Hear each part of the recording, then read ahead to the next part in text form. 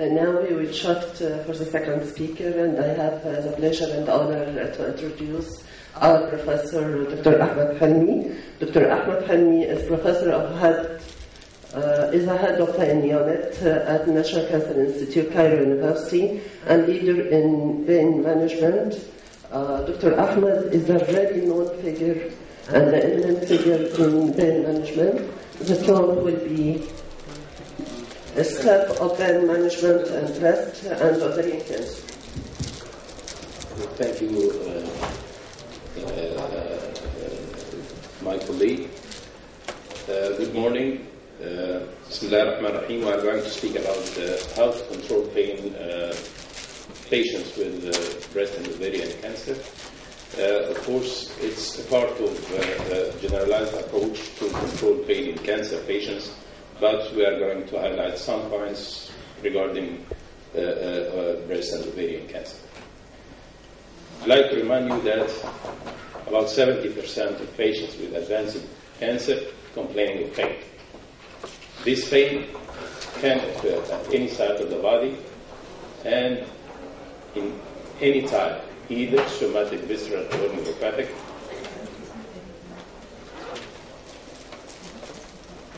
And we know that pain is subjective, and to assess this pain to reach a good diagnosis and so proper management, we have to take a very thorough history because pain is subjective, followed by examination and some investigations. Regarding the history, apart from the generalized patient history, we have to focus on the pain history regarding the localization of the pain, the site of that pain, the onset, the course and duration of that pain, intensity, which can be calculated either by numerical rating scale or verbal rating scale, or simply by visual analog scale rating from 0 to 10. 0, no pain, and 10 is the maximum pain. Decide the character of that pain. Is it burning, bulky, stabbing? And if there is any referral of that pain, like patients with ovarian cancer, this pain referred to the back, and factors affecting that pain, what potentiates and what relieves, either positioning, means, and others. Beside drugs, mostly the analgesics, because we have not to repeat the same regimen with patients complaining of pain. And of course, if there is certain drugs and the patient can get benefit of the control of pain, we can repeat it or just readjust the dosage. And very important, we have to know the impact of that pain on life regarding the activity and sleep. Followed by examination, besides general examination, local examination is very important, especially if there is any local tenderness, and we have to test for sensation for medical legal aspects, and if we are going to make any intervention. The investigations, we have to focus on the kidney and liver functions, plus the coagulation profile. We have to perform liver and kidney functions because there is double impact between them and the medications. And before performing any intervention, we have to know the coagulation profile. I'd like to remind you that we have 3 main types of pain, either somatic or nociceptive pain, visceral pain, and neuropathic type of pain. That regarding the pain presentations, I mean localization and possible pain generators for patients with breast and ovarian cancer, if we start from above downwards, then patients can complain, sometimes complain of head pain. It may be due to skull mets or brain mets. If we are going to the neck, it may be nodal extension and vertebral mets. And with patients with locally advanced breast cancer, she may complain of chest, axillary, and upper limb, or all of these. Regarding chest pain, it can occur due to pleurodesis, following pleurodesis, or post-thoracotomy if there is lung mets, and in case of bony mets. The axilla may be post-mastectomy, so even early lesion, post-mastectomy pain can occur, and if there is advanced disease, there will be a nodal, and sometimes disease extension can cause axillary pain. Upper limb pain can occur in case of occurrence of cellulitis, lymphedema, and in case of bone metastasis and peripheral neuropathy or brachial plexopathy, and even vascular anomalous thromboembolic. Patients also can complain of pain in the abdomen due to liver mets or in the presence of massive ascites or peptic ulcer. Each one of these has its own presentation. Liver mets, most probably the patient complaining of right hypochondrial pain plus or minus back pain. Massive ascites, there will be generalized abdominal and pelvic pain. Peptic ulcer will be pointing pain. Regarding patients with locally advanced ovarian cancer, they may complain of one or the three presentations: pelvic pain, plus or minus back pain, plus or minus lower limb pain. If the patient is complaining of pelvic pain, it may be due to just disease extension, and the pain will be deep pelvic, visceral. Can occur at the hip, and if there is any pelvic bony mets. Back pain may be due to just referral of pain from the pelvic disease, or the occurrence and existence of vertebral mets. While lower limb pain can occur due to many causes, one of them DVT, others are bony mets or the lumbosacral plexopathy, which is one of the types of neuropathic type of pain, plus peripheral neuropathy, either the patient's already diabetic or others, or due to some chemotherapeutics, as we know. So, what about the tools which we can use to control such pain? We have two main tools, and we have to weigh the cost-benefit ratio of each of them. Sometimes we use one of them, but mostly we depend on both of them. Number one, the drugs or the pharmacotherapy. The other is the use of some interventions. The drug therapy or the pharmacotherapy, there are 4 golden rules. First of it is the WHO letter system. Number 2, we have to use the drug by the clock, not just when required. And non-invasive route is the best. I mean non-invasive, either oral or transdermal, and in full or proper dosage according to the duration of action of the drug. We know that we have 3 steps of the WHO ladder. Step number 1, the use of non-opioid. I mean non-opioids, the paracetamol and non-steroidal anti-inflammatory drugs, plus or minus the use of adjuvants. Step 2 is the addition of weak opioids to step number 1, which is the non-opioid plus or minus adjuvant. Then step 3, replacing the strong opioids, replacing the weak opioids by strong opioids plus paracetamol, non-steroidal plus or minus adjuvant. So I'd like to stress that we have almost always use paracetamol or non-steroidal plus or minus adjuvant in any study. What about adjuvant? Adjuvant analgesics are not primary analgesics. So the use of any of these or all of these will not alleviate pain like a traumatic pain if you have a sprained ankle, and use all of these, there will be no relief. But in certain conditions, it acts to alleviate pain or synergistic to opioids, and sometimes to counteract the side effects of opioids. These are some examples: the use of antispasmodics in case of pain due to spasm, visceral spasm, and the use of amitriptyline, which is tricyclic antidepressant, and gabapentin, or the recently used pregabalins like tretizol, Neurontin, or Lyrica, in case of neuropathic type of pain due to peripheral neuropathy or plexopathy, and the use of steroids in case of increased intracranial tension or stretching of the liver, and OxyContin. And the strong opioids available is the morphine-sustained tablets with each concentration 10 and 30 milligram, fentanyl patch, which is the diurgesic, Durnestat, hydromorphone, and oxycontin, which can be used either as weak opioid or strong opioid according to the dose. I'd like to remind you that there is another formulation of opioids, which is the immediate release opioids, suitable for breakthrough pain or titration of the dose. These are some tricks of the use of the drug therapy. Paracetamol is the safest drug, but it's the weakest one and can be used for a very long time.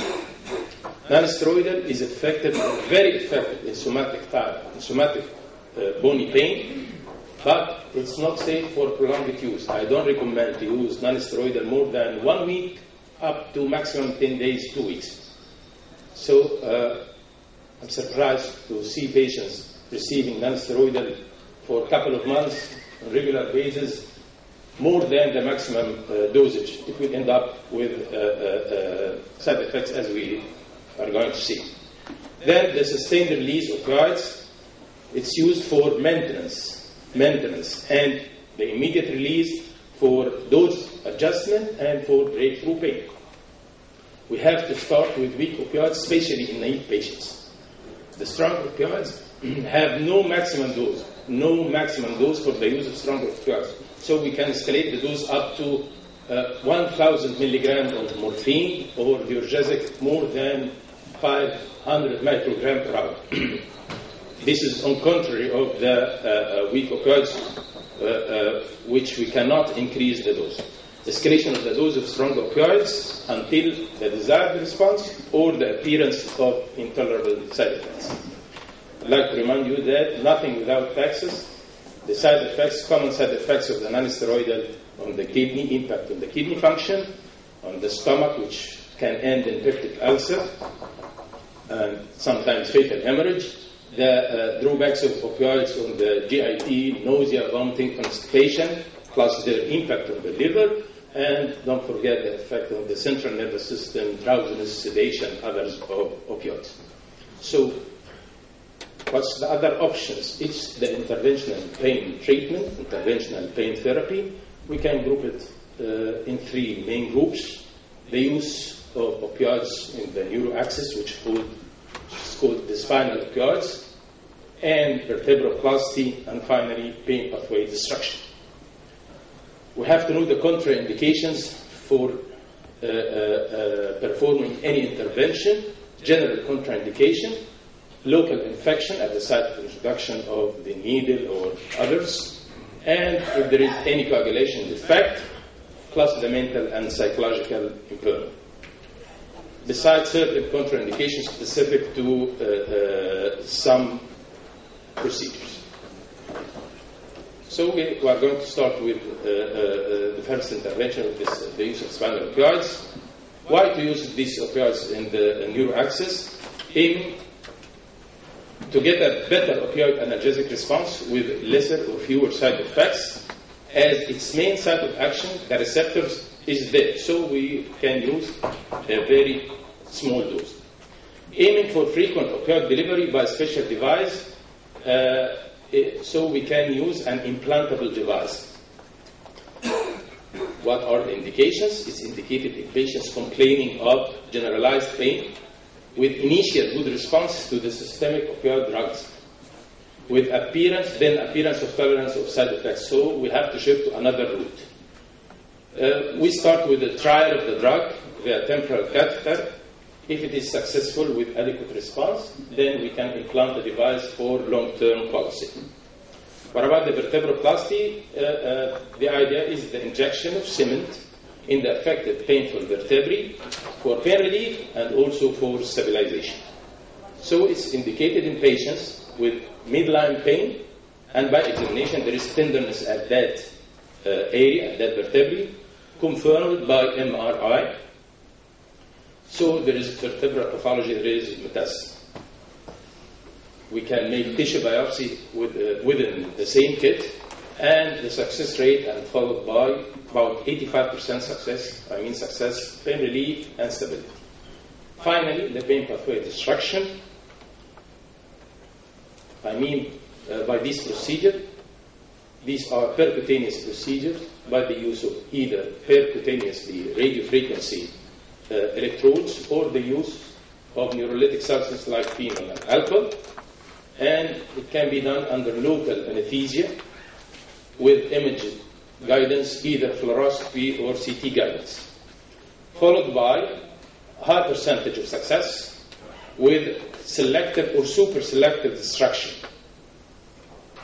I mean success, complete or satisfactory pain relief, with no or minimal morbidity, without, of course, mortality, and the duration of pain relief, we hope to be done or lifelong if we can. What are the indications, or who are the candidates to perform pain pathway destruction for them? Patients with cancer, the type of cancer, it should be advanced disease. And the pain should be localized very important, and severe. So we don't think about performing any neurodestructive procedure for generalized pain or for moderate pain. It should be localized and severe. And of course, we have to have an accessible target to be destroyed. This is the pain pathway, starting from the receptors, the peripheral nerve, the posterior root, crossing the midline within the spinal cord, ascending the spinal thalamic tract on the other side,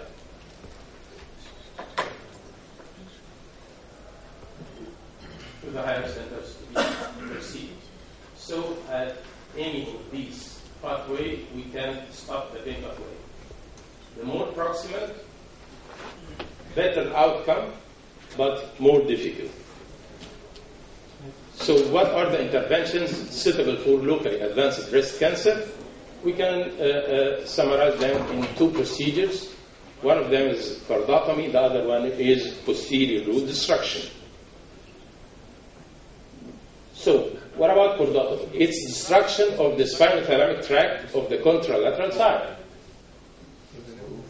It is suitable for any patients complaining of any type of pain, either visceral, somatic, or neuropathic type of pain. The pain should be unilateral or mainly unilateral below the level of the clavicle or the shoulder. I used to perform it by radiofrequency under CT guidance, followed by very high success rate with the highest quality of pain relief in more than 95% of the patients, and the duration of pain relief mostly will be lifelong, with minimal morbidity, and if it occurred, it's transient. What about the other option is the posterior root destruction, called posterior rhizotomy, destruction of the posterior root. The posterior root is the sensory root, so it's suitable for somatic pain, but this pain should be relatively localized, like patients with rib mets or something like that, not so extensive. We used to perform it under fluoroscopy guidance by neurolytic, either alcohol or phenol, followed by good quality of pain relief, of course, less than the cordotomy, and in about 70% of the patients, followed by sensory affection. What about the intervention suitable for ovarian cancer advanced?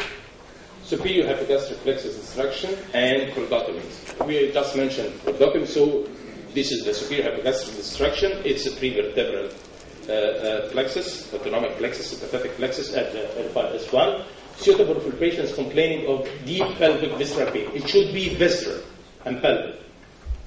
Patients complaining of pain, and it can occur with the locally advanced ovarian cancer, followed by about 75% success. What about the use of analgesics following interventions? Have we stopped the analgesics immediately following the interventions? Of course not. We have to try to gradually withdraw the analgesics, especially the opioids, as our target is the best quality of pain relief with the least possible side effects. When to perform, the earlier the better, because we are confronted with patients with better general condition if we perform the procedure as early as we can. Plus, it's followed by a better quality of life for acceptable time, as better organ functions, preserving the organ functions, leaving the organ functions to the impact of chemotherapy or radiotherapy or others. Plus, it's followed by better pain relief. Final message, pain is a very frequent symptom, more than 70% of the patients. It's dynamic in nature. Although analgesic drugs are the cornerstone in managing pain in the majority of patients, yet the need of other tools is essential to improve the outcome. Interventional pain relief procedures can offer such solution, provided with good selection in proper timing. I'd like to stress on that statement, it's the quality of pain relief. It's the quality of pain relief rather than the opioid consumption, which should be used as an indicator of good palliative care service. Finally, it's the quality of life. Despite the great progress in the research and treatment of cancer, still we are lacking to offer this. So sometimes we can't remove the cage, but at least we can offer warmth and keep dignity for our patients. Thank you very much.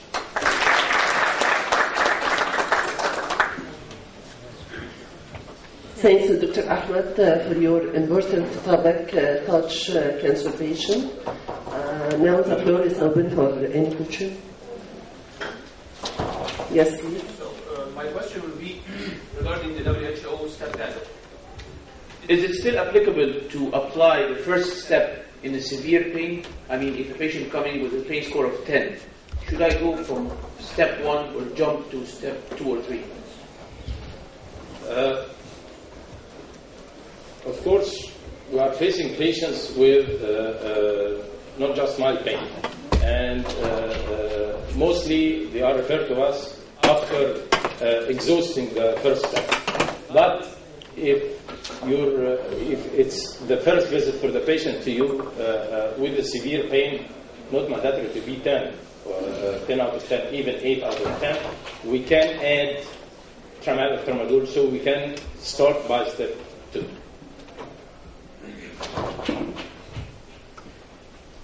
Yes, please.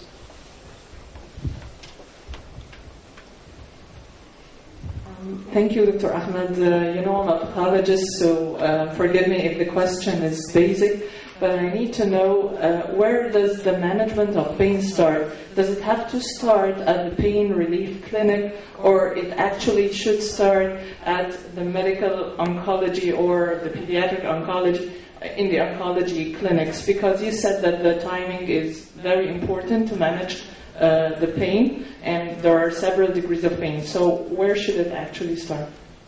Actually, we are in a developing country, and this service should be started at home before even physician visit. So it actually occurs that patients receiving paracetamol or non-steroidal by their own before the visit of any physician. So regarding our institute, or regarding the medical policy, it should be started at the physician area, whatever, the medical oncology, the radiotherapist. Then they can ask for the help of the pain clinician if this service is available, to make this service throughout the patient's life. Okay. Any other question? Thank you, Dr. Ahmed, for your comprehensive, very effective lecture.